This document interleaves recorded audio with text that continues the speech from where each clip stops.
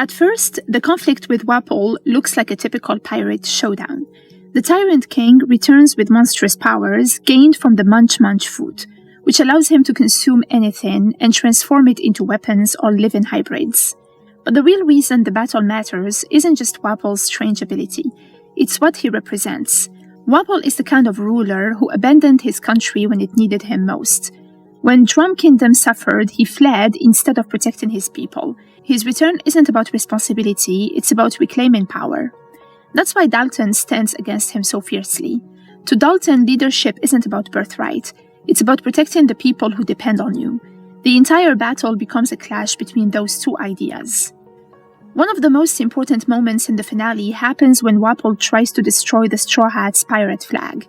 To him, it's just a symbol, a piece of cloth that can be blown away with a cannon. But Luffy's reaction reveals something deeper about who he is as a captain. When the cannon fires toward the flag, he steps directly in front of it, refusing to move even as the explosion hits him. For Luffy, the pirate flag isn't decoration. It represents the crew's pride, their identity, and the promise they made to each other when they set sail. The symbol of the Straw Hat Pirates, Jolly Roger, stands for something Wapol could never understand: loyalty.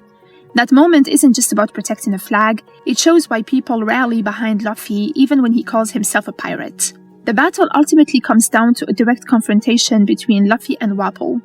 Despite Wapol's unpredictable abilities, Luffy refuses to be intimidated. While the rest of the crew struggles to hold off Wapol's monstrous soldiers, Luffy focuses on ending the fight once and for all. When he launches his final attack and sends Wapol flying across the battlefield, the moment symbolizes more than just defeating a villain. It marks the end of Wapol's rule over Drum Kingdom. For the first time in years, the country finally has a chance to rebuild. After the battle ends, the story shifts toward its emotional heart, the decision of Tony Chopper to leave Drum Kingdom. Chopper has spent his entire life feeling like he doesn't belong. As a reindeer with human abilities and a blue nose, he was rejected by both humans and his own kind. Even after being taken in by Dr. Kuriha, he still believes he's an outsider. So when Luffy invites him to join the crew, Chopper initially refuses. He points out all the reasons he thinks he doesn't fit: his hooves, his antlers, the fact that he isn't human, but Luffy doesn't care about any of that. To him, Chopper is simply someone who can become their doctor and their friend. The blunt invitation, essentially telling Chopper to stop overthinking and just come with them, perfectly reflects Luffy's view of the world. You belong if you sail with them. That moment transforms Chopper's life. For the first time, he realizes he has a place where he's accepted exactly as he is. Just before the Straw Hats leave, the sky above Drum Kingdom fills with glowing pink snow that looks like cherry blossoms. This miracle isn't random. It represents the dream of Dr. Hiriluk, the eccentric doctor who once believed that even a frozen kingdom could bloom again. Hiriluk believed that hope itself could heal people.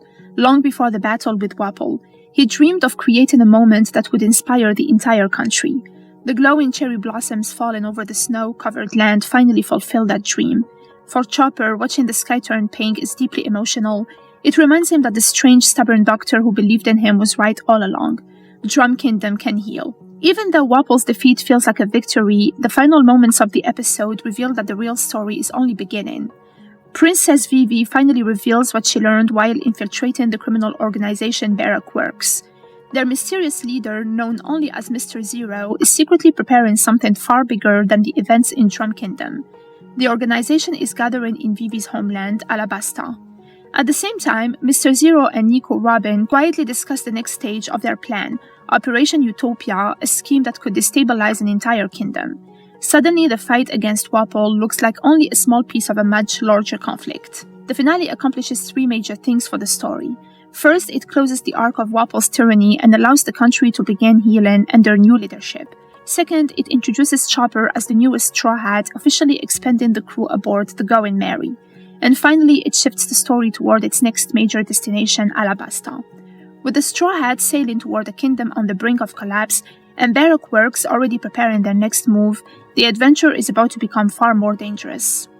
The finale of One Piece Season 2 doesn't just celebrate the defeat of a villain, it celebrates something more hopeful, the idea that people who feel like outsiders can still find a place where they belong.